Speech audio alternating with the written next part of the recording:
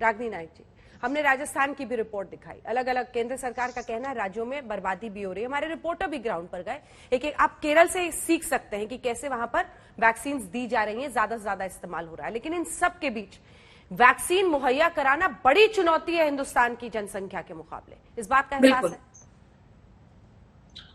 अंजना जी, भारत दुनिया का सबसे बड़ा ऑक्सीजन प्रोड्यूसर है और हमने देखा कि हमारे देशवासी कैसे एक एक सांस के लिए मोहताज हो रहे हैं।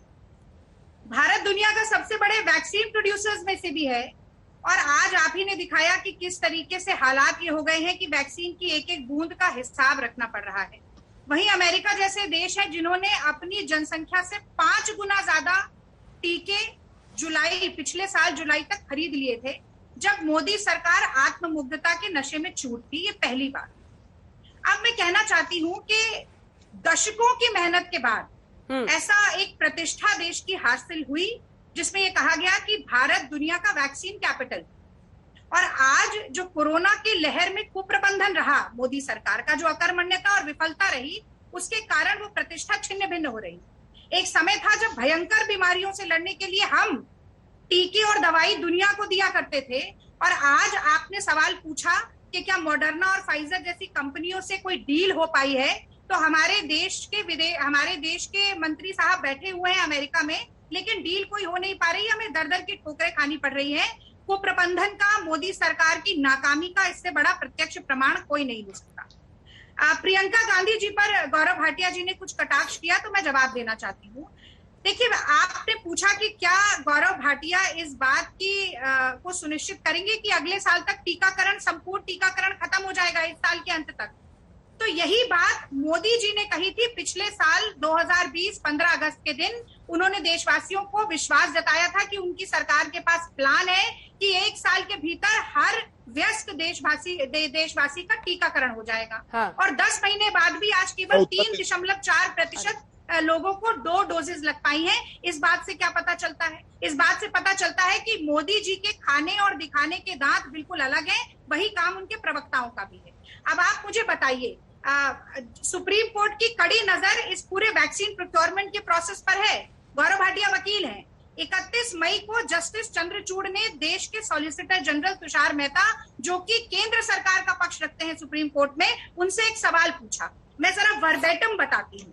उन्होंने कहा, are you willing to state today that the centre will take the responsibility of ensuring the states will get the vaccine? क्या भारत सरकार ये सुनिश्चित करेगी कि राज्य सरकारों को टीका मिल जाए? गौरव भाटिया जी कह रहे हैं कि हाँ, टीका तो लग जाएगा।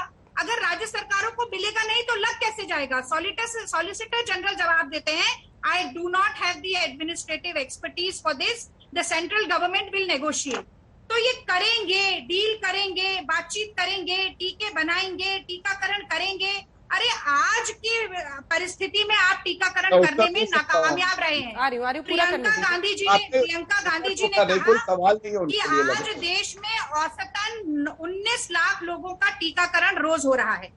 अगर मोदी जी ने जो वादा किया था 15 अगस्त के दिन उसे पूरा करना था, तो 70 लाख लोगों का टीकाकरण अभी तक रोज होना चाहिए था। तो आप कहते हैं कि जो आप कल क्या कर पाएंगे, इसका लिटमस टेस्ट होता है आपने कल क्या किया। आप लोगों की आंखों में धूल झोंकने के अलावा और कोई काम नहीं कर रहे हैं। आखिरी बात जोड़ना चाहती हूँ अंजना जी। हाँ। ये गलत है प्लीज, आपके पास कोई सवाल उनके लिए ना हो। ध्यान से सुना, आपने समय दिया, मैंने आप उत्तर दीजिए। गौरव भाटिया जी, पहली टिप्पणी में मैंने आपको टोका नहीं, आप बोल लीजिएगा, मैं आपको नहीं टोक। ये देखिए, विपक्ष पर आप बार-बार ये आरोप लगाते हैं, आप बार-बार ये आरोप लगाते हैं कि हम भ्रम फैला रहे हैं।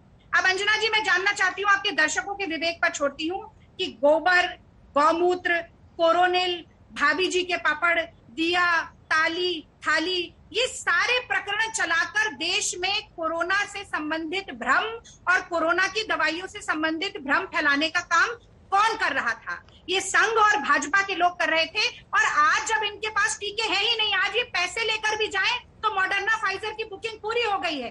वही मॉडर्ना फाइजर जो फरवरी में आकर कह रही थी मोदी सरकार से कि हमें इमरजेंसी यूज ऑथराइजेशन दे दीजिए। मोदी सरकार